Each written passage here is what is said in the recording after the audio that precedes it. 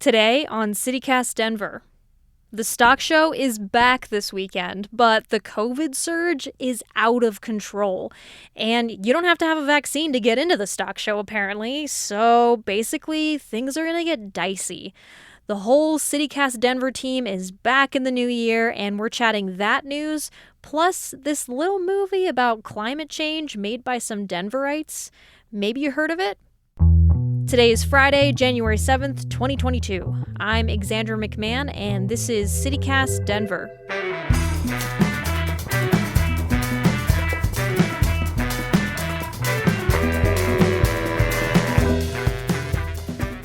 Welcome back to CityCast Denver. It's the first Friday show of 2022. It's so good to be back with everybody. The whole crew is here. Producer Paul Karolyi, one fun thing you did in Denver over your break? Why is that a hard question, Xandra? Maybe because you were out of town. That might not be fair to you. Yeah. I don't know. One fun thing I did in Denver?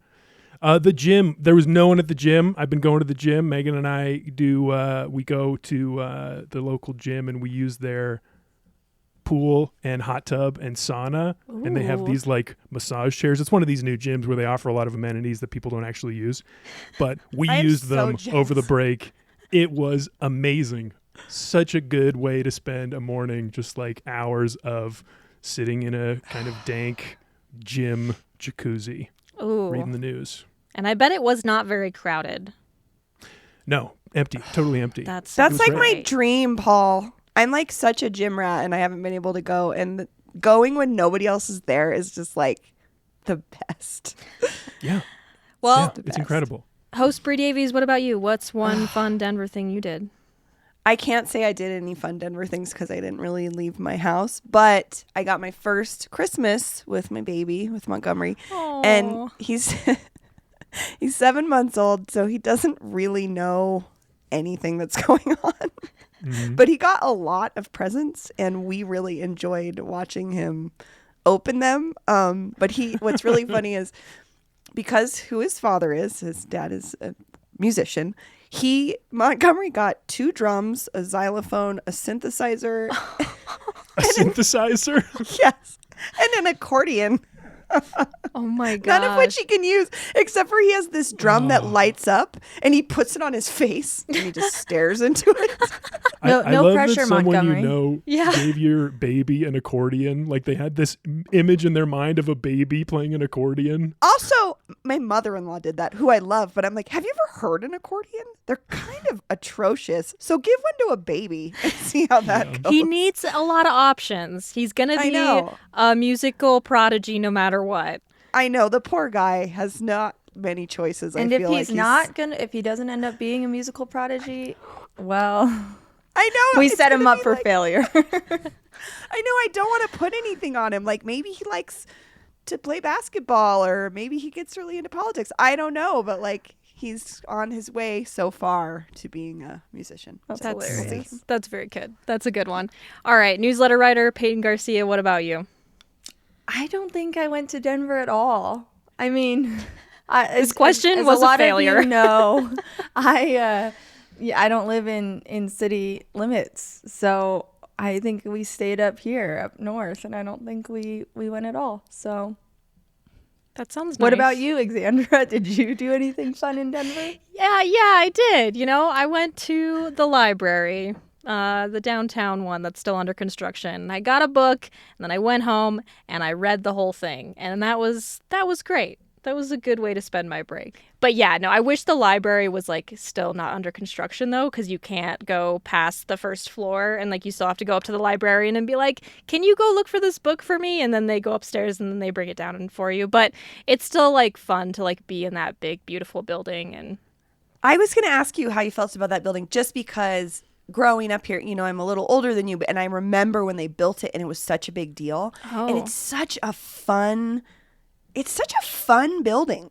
Architect Michael Graves. Yeah. It's very work. It's very late 90s for sure feeling, yeah. But it just has this like magicalness about the way that the interior is designed. Yeah. And I wondered if that's just as interesting to other people or if I loved it because I was like 10 or whatever when they built it. No, you yeah, know? it has that effect still, definitely, even only being on like the first floor. And I also just feel like the people in there, every time I go in there, they're just so nice and so welcoming and so like eager to help you and like get you excited I about love reading. I just librarians. love libraries. Yeah, they're just great.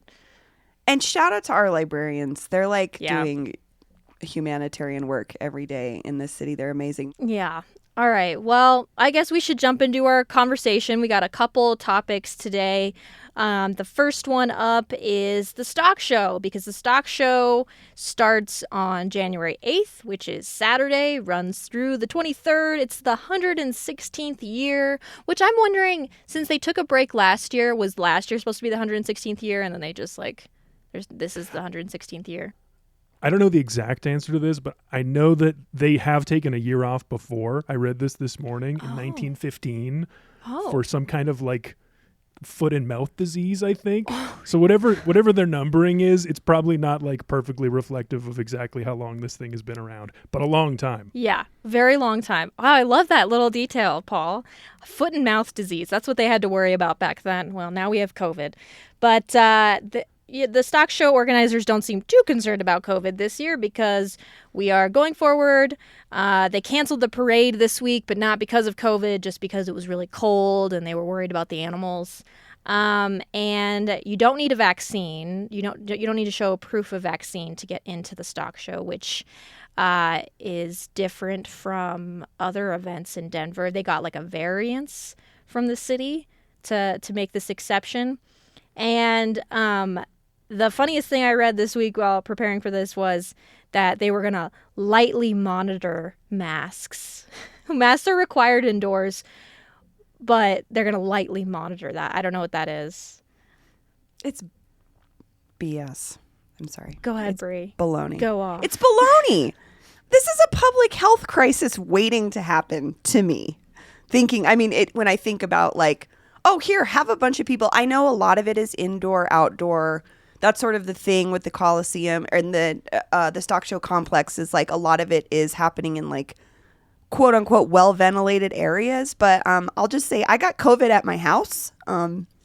Someone from my family came over to help me care for my child after I had surgery, and she unknowingly was carrying COVID. And so you can't ever be too careful.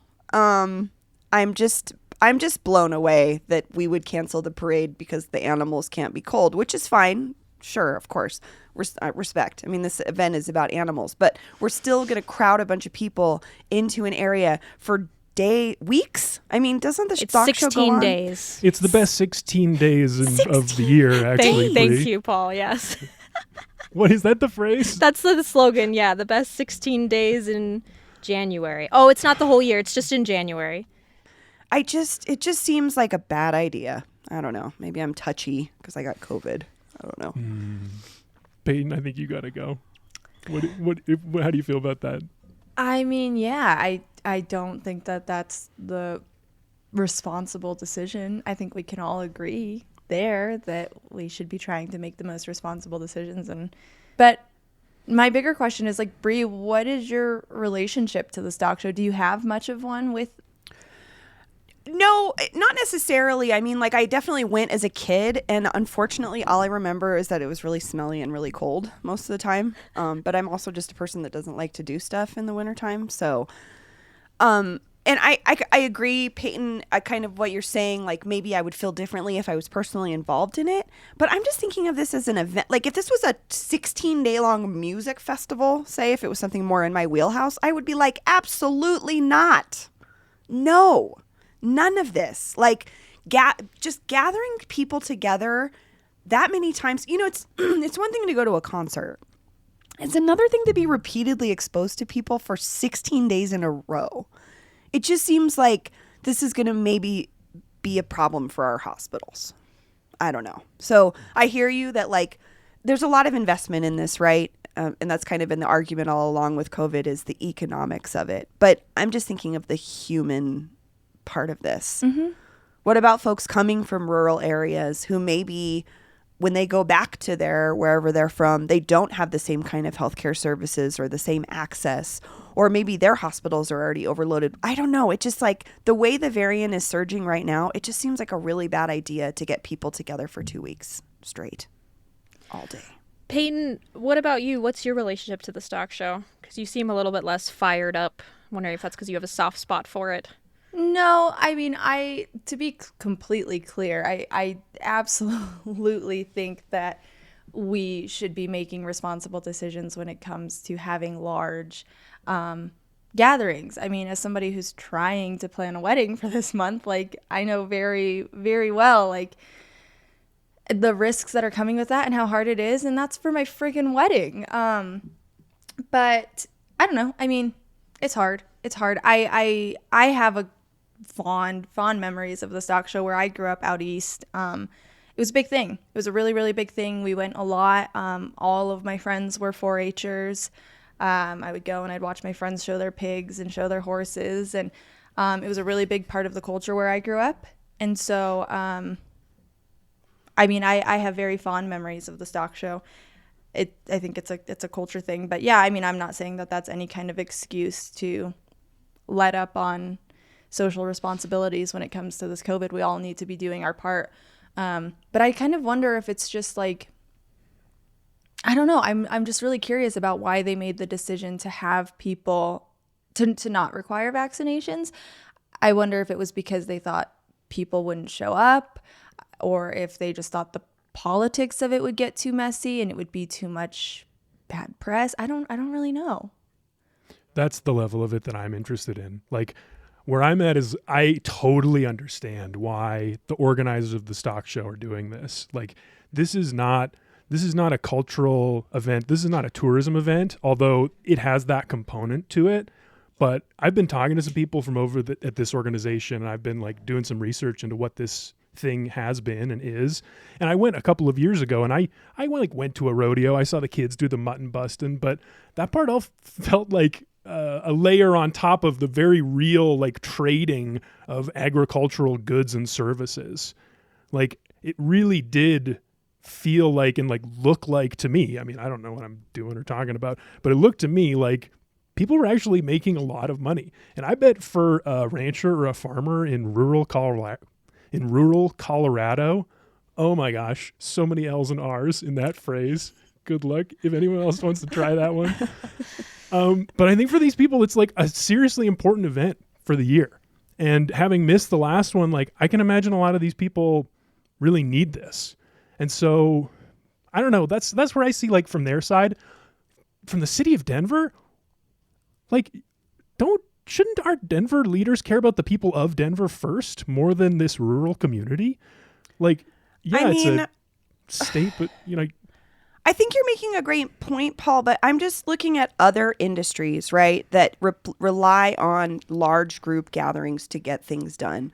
And again, to try to sort of compare it to something, most of my friends in the music industry have lost all of their income. They don't tour anymore. They can't play shows anymore. I mean, this is bigger than just the stock show. So I hear you and see why economically this is like devastating to a lot of communities.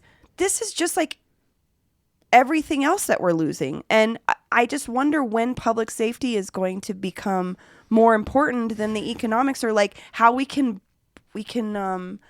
support these people, because I don't want that. You know what I mean? I don't want this to have devastating economic impacts on our rural communities. That's the last thing I want. But like you're saying too, like, they're coming into Denver.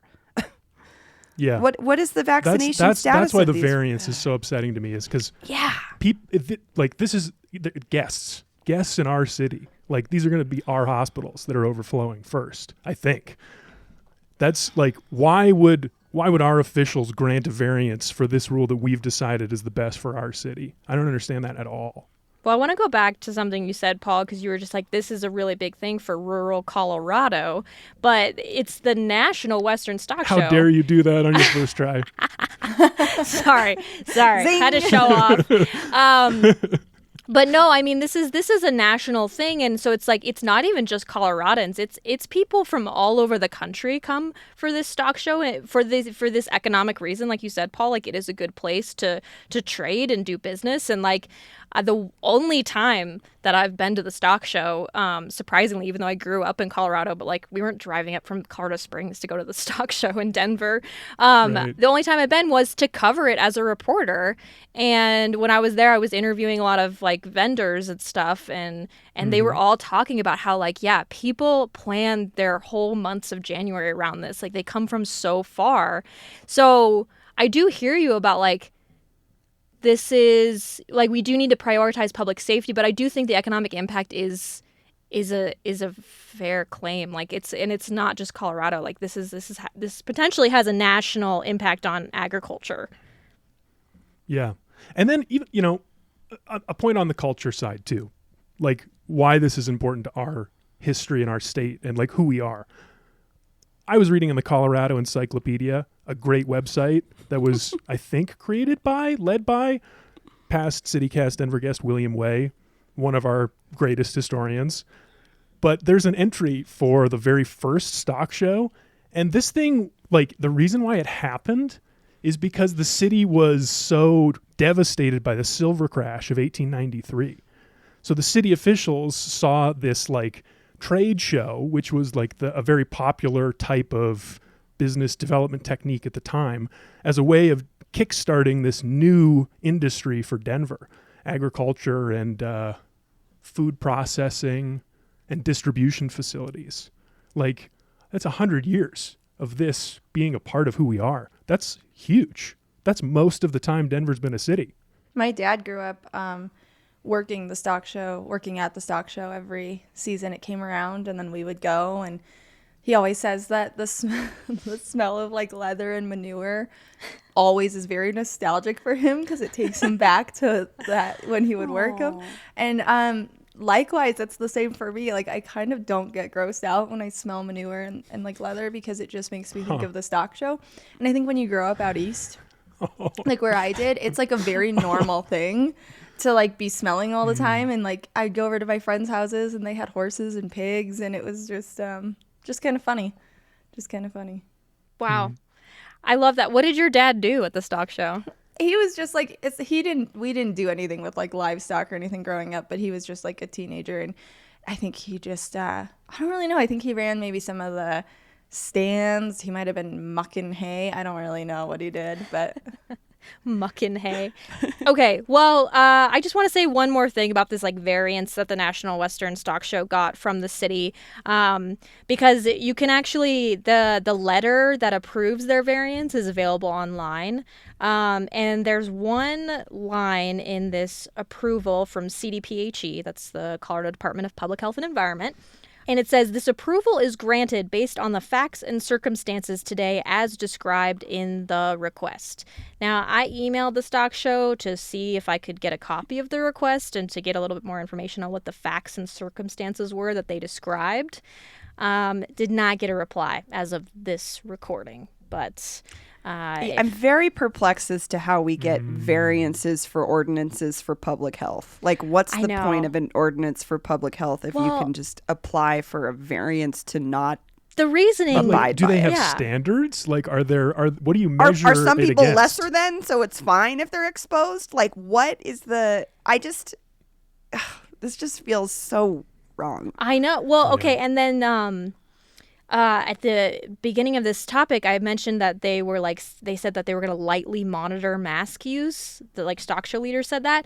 And I got that from a 9 News story because apparently a Denver public health leader came out after they said that and was peeved and upset that they were being so blasé about yeah, we're just going to lightly monitor the mask use. And the public health leader was like, this is not what we agreed to when we gave you this variance and said you could go forward with the stock show. So it seemed like they were maybe not, I don't know what they promised in this request or the reasons that they gave in this request, but it seems like some city officials are doing an about face with the stock show and being like, maybe this is not as great of an idea. Well, and when we think about who would be enforcing that, right? We're talking about hourly wage workers. in charge of trying to tell someone who may have a very strong opinion about wearing a mask to wear a mask. Like, I'm thinking about early on in the pandemic when I watched this man walking around the grocery store with his mask off, and like 5 people started screaming at him. And it became this screaming match between strangers. And it's very tense. So if you're a person that's checking hundreds of people a day into the stock show, and your job is to say, please wear a mask, like, your personal safety might be something that's at risk, right? And I want to think about those people too, because that sucks.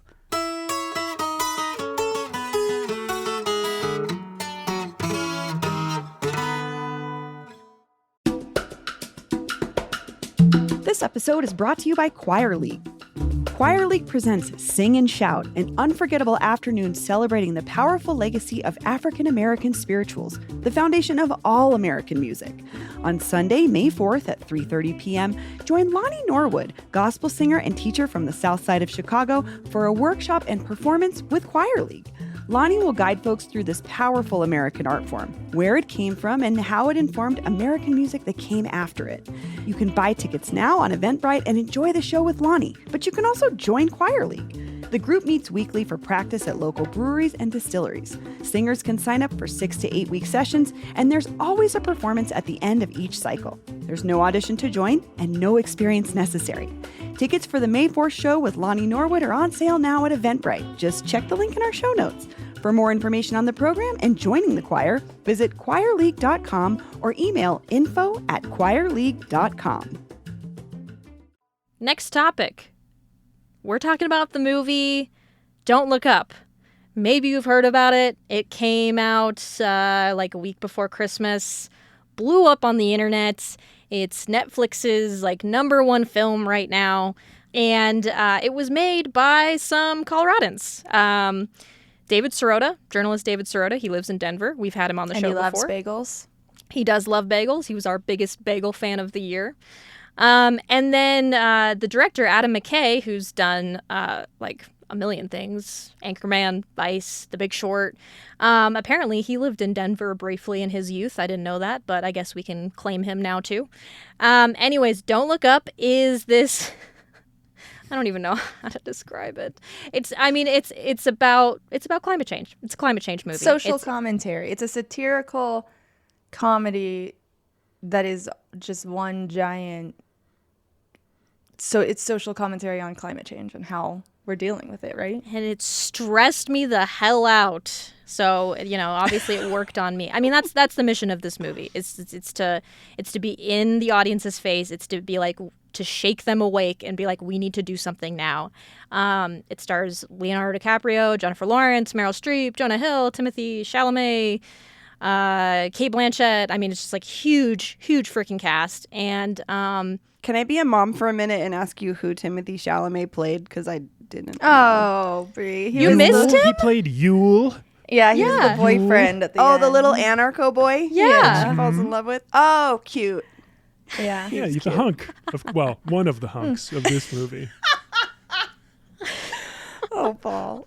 Isn't that, that's the best part, right? Is Leonardo DiCaprio is like halfway through the movie revealed as a secret hunk. Like, what right, a great like we didn't use know. of celebrity. He's like the like weird nerdy girl who like takes off his glasses halfway through the movie and like, she's beautiful. It's like, yeah, oh my God, it's Leonardo DiCaprio. The sweaty, weird professor guy. Obviously, he's a hunk, yeah. That's who Timothée Chalamet played, but I guess before we jump into the conversation, I just want to say, like, the plot is that there's this comet coming towards Earth, and we have these scientists have discovered this comet hurtling towards Earth. That we have 6 months to do something about it, and I'm sure you can guess what happens next. No one listens to them. No one wants to do anything about the comet. I'm just gonna say up front that like there will probably be spoilers in this conversation. So if you haven't seen the movie and you don't want it spoiled for you, turn the episode. Yeah, return later after you've return to this episode after you've watched it. There you go. So who wants to go first? I'm just gonna toss it out there. I watched it last night ahead of this, so I was super fresh for this conversation. Good. And afterwards I had so many thoughts in my head I have 2 full pages of notes that I wrote because I was like, I need to get all of these thoughts down and organized in some way. And honestly, my thoughts on the movie could probably be a podcast of its own. So I won't go super far into it. But I will say that I thought it was great. I thought it was incredible, and I really, really liked it. And I think everyone should watch it. What did you like about it, Peyton? So I'll start with, at first, I didn't think I liked it. For the first 30 minutes, I was like, I don't know if I like this. Because satirical comedy is not usually my cup of tea. And I felt like it was a little bit stiff and the comedy was a little try hard. But once the parallels to climate change became really, really pointed, I began really enjoying the metaphor. And then from that point on, for the rest of the movie, I just thought it was just, I don't know. I just thought it made such a good point. I thought it was a really unique way to tell people, like, hey, climate change is real and we're not fucking doing anything about it. And I think that people need to watch it. I thought it was brilliant. What did you guys think? I agree 100%. I watched it twice. But also at the same time, I kind of think it's like useless. So I was thinking, like, what is this movie doing? Like, it's riling me up. Like, I love it. I agree with it. Like, I can't imagine anyone's watching this and like disagreeing with it. Like disagreeing with it or like sticking with it. Like, and you put it on a streaming service like this, there's no reason for anyone who doesn't agree with it to watch it. So if they want to have a positive impact, I just question, like, I don't know. I guess, you know, whatever you're good at, you have to like use that to try to make the change you want to see in the world. And these people are like incredible filmmakers. And it is such a genius metaphor. I loved it. And I have a similar pages of notes, Peyton. I want to hear more of yours. But it was like, why? Like, it was when DiCaprio gives that big speech, that big rant that was so reminiscent of Peter Finch's famous rant in Network. But the way that, like, when it gets to that, I can't imagine anyone who's like, yeah, climate change is like not that important to me, not my biggest priority. They're going to get to that and they're going to think, he's angry, you know, whatever. And then it's just part of the same montage of news clips of people angry at each other that the movie itself is skewering. It was like kind of a self-defeating message, though an extremely entertaining piece of filmmaking, in my opinion. I did have a similar concern. So I thought it was brilliantly done. I loved it. My biggest concern is that the people who need to hear the message aren't going to take the message away and or not watch the movie. Yeah. I mean, it scared the crap out of me, someone who's very concerned about climate change, but that's because I'm already concerned about climate change. The people who don't, you know, and they kind of poke fun at the, you know, quote unquote climate deniers, the climate change deniers, and it's like they're not going to learn anything from this. But I don't know. Maybe it'll change. Maybe it'll change some minds. This is an interesting point because obviously we have seen a ton of arguing online over this movie. Like, this movie has sparked a shit ton of controversy. So I hear you. Like, the people who disagree with the movie are probably not watching it or at least sticking with it, but they're still getting really angry and defensive about it. And I almost wonder if, like, that was the filmmaker's goal, is just to, like, spark that debate online and get people really riled up so that people... But again, so that it's really visible and in the public's face. Yeah. Can you talk just really quickly a little bit about the controversy that's coming up? I mean, what exactly are people so angry about?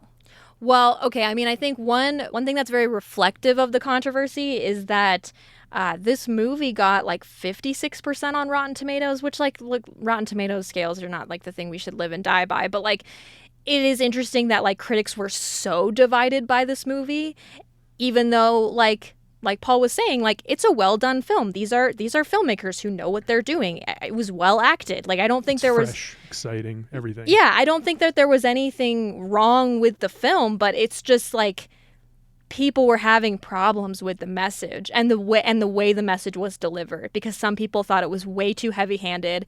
It was like screaming in audiences' faces. But I think that's the controversy, Peyton, is just like people are very divided on whether or not movies are the right way to do this. That's fascinating. That kind of blows my mind. I don't understand how anyone could have a problem with this. I would be so interested to have a conversation with somebody who doesn't feel like that message.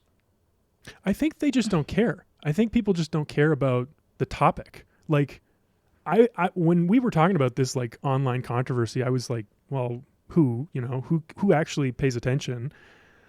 And then I went and I did some digging into like conservative leaning social media sites and some of like conservative leaders of Colorado to try to see if anyone was talking about the Marshall Fire from last week in the context of this, like, of climate change. If any of those communities were seeing this thing that like is obviously connected to climate change, and like, are they putting it in that context? Are they making that connection? And no one was.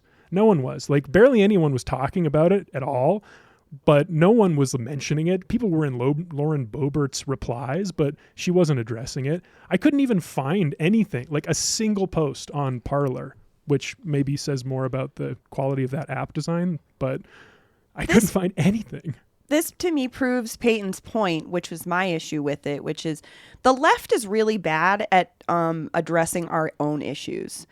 And I felt like, as a person that exists in pretty far left circles online, we're in our own silos every day. So of course my silo is talking about this movie. My silo is a bunch of other media dweebs who are obsessed with how we don't do things right. You know, like that was like the effective thing about the movie to me, was just showing how we take information and we turn it into a meme. Like 4chan has taken over how we do news, right? Like when she gets turned into a meme and people start recognizing her when she's like working at that liquor store or whatever. Yeah. And like, oh, look it's the girl from whatever. I was like, whoa, that's real. And that is what we do. And my frustration with the movie is who, like Peyton was saying, who's it really speaking to? Because it automatically just goes after the people that are supposedly the problem, right? Mm-hmm. The don't look up the people that won't look up. They're obviously, the metaphor was like, these are the Trump supporters. These are the climate deniers. Well, they're not watching this movie. We're not going to reach them. So it's like piling on to things that the far left already, well, I would just say the left, like just the pretty general #resist left is thinking about, because the far left thought this movie was fucking stupid and didn't go far enough. And maybe that's the thing that we need to take from it as the people that it's actually talking to already, which is we allow for the monetization of all kinds of things instead of fixing problems all the time. That's kind of what was so striking to me about this movie, was like, oh, we have a problem. This comet is hurling towards Earth. Let's monetize it before we die. Like, yeah, that's totally our problem. Mm-hmm. So how do we take that and do something with it? How do we change that? How do we stop this like memification of information and get serious about issues and try to work together? Xandra, I think, did make a good point, though, about it is at least starting those conversations. It's getting our side riled up enough to start having these conversations. You know, not that we weren't already doing that, but we're doing a show on. I mean, here we are talking about it. Oh, and I will say, when the credits rolled, I had this big existential crisis, being like, we are not covering climate change enough on CityCast. Like, we need to be covering it way more, because I like, you know, obviously they really skewered the media in that movie of like, you know, downplaying climate change and, you know, taking a subtle approach to it. And it's just like making it pleasant. And I'm like, oh my God, like, I know that we're not that bad, but like we are contributing to the problem if we don't do enough stories about it, if we don't cover it enough and show people like this is a priority. But it's hard because we have like 5 million other catastrophes that we have to cover in this day and age all the time. Well, I would like to hear I would like to hear from the listeners on this. I want to hear what people want to hear. Like, I want to pass this conversation on to others. Like, what do you want to hear about climate change? Is there something that you feel like would be useful, or some way that you think might be a good way to get involved that we could go check it out? Like, that's the kind of thing we could do, I think. We can talk to people about programs and like advocacy campaigns, and I don't know, whatever people want to know. I would love to make that a project for us this year. It was like, figure out the best way to actually organize people, even if that's the right thing, and make a difference on that, because it would be nice to do. Yeah, solutions. That was like my one problem with the movie. And, maybe the movie wouldn't have had such a big impact if it had a different ending. But I was frustrated that there were no solutions really presented. At least that would apply to our situation. I mean, obviously in the movie they had solutions to like take out the comet, but like, I'm like, what are we like telling people when like the world just ends and it's just so bleak and depressing and all the like I think it's 1%ers. It's supposed to be a cautionary tale, right? Yeah. They're trying to say, hey, we still have our 6 months, kinda, and we can do something about it. Yeah. If you all just listen. Like, I think that's what they're saying. And I think the comet had to destroy the planet at the end of the movie, because if not, what was it about? It couldn't have ended any other way, because they're like, hey, the movie is like, this is where we're headed. Mm-hmm. And this is how it will end. And maybe I'll make it a newsletter if anyone's interested in that. But I've got like 7 subcategories of how I broke this movie down. I think you should publish it raw. I think you should publish the notes raw. No editing. I mean, as its own newsletter. I would happily do that. I mean, it's basically a movie review here. I would love to hear from That's Monday. people. I think it's Monday's newsletter. I think people would love that. Mm-hmm. I'd be interested in it. And I do want to say, though, I also kind of felt like you could draw parallels to not just climate change with this movie, but COVID. Oh, 100%. All the discussion about peer-reviewed science and how we're downplaying COVID, and how I thought it was absolutely, you could make all the same parallels that you make with climate change to the way we're dealing with COVID as well. That's a great point. That's a good point. Yeah. Tune in to Monday's newsletter for more. Can't wait. All right, one last thing before we wrap up. We want to share some reader comments. Bree, what do you got for us? Okay, so earlier this week in the newsletter, I wrote about the demise of the Breakfast King, which was one of the diners we've seen fall in Denver and close in the last couple of years. Also, apparently Swift's on Santa Fe may also be closed as well. But so I wrote about its demise and how sad I was that we have been losing all these diners. And I got a really nice note from a newsletter reader named Todd, who wanted to share some memories of the Breakfast King that he had. And he talks about Blinky the Clown, which I'll read in just a minute. And I just wanted to say, if you don't know who Blinky the Clown was, Paul, I know you kind of asked me who he was. He was a TV clown when local TV stations used to have their own productions. And he had a morning show. And when I was a kid in the 80s, if you could get on Blinky's Fun Club and be in his birthday corner, it was like the biggest deal in the world, because you got to be on TV and then Blinky the Clown sang his bizarre birthday song to you. So, but he also owned an antique shop on like South Broadway, which I believe is now where Fascination was where Blinky's was. Todd shared with me that Russell Scott, aka Blinky the Clown, had his little antique shop up next to Herman's Hideaway, and he'd eat at the King all the time. Blinky lived by us when we were kids, and my brother was on the show and in the birthday club. We still sing the Blinky birthday song version. Happy birthday to you. Better smile. Happy birthday to you.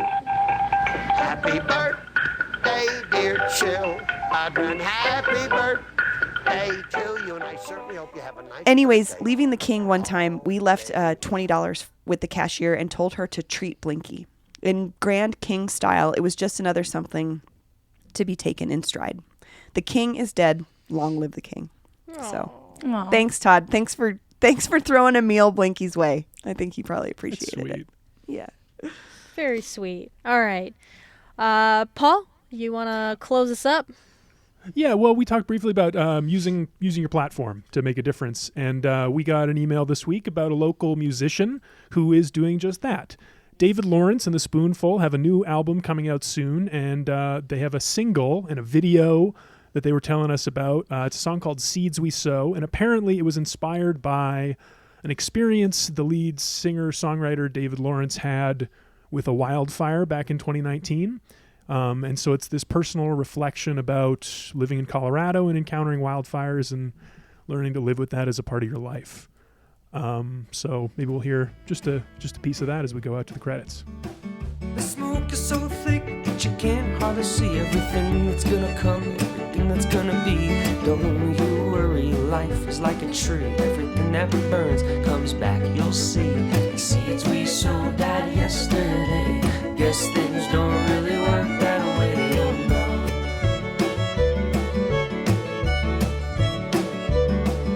The seeds we sowed died yesterday, but if we get lucky it'll grow. Well, that's all for today here on CityCast Denver. Our producers this week were Paul Karolyi, Lizzie Goldsmith, and me, Xandra McMahon. Peyton Garcia writes our morning newsletter. Bree Davies is our host. Our music is by Los Mocachetes with additional mixing by Tyler Lindgren, plus more from the Epidemic Sound Library. And you just heard a little snippet of that new song by David Lawrence and The Spoonful called Seeds We Sow. And we'll have a link to learn more in our show notes. If you haven't already, subscribe wherever you get your podcasts. Follow us on Twitter at CityCast Denver and tell a friend about us the next time you see them. But be safe about it. COVID safe. You can sign up for our daily newsletter and learn more about us at denver.citycast.fm. All right, this was fun. See you all next week. Good work, guys. Awesome. Bye. Bye.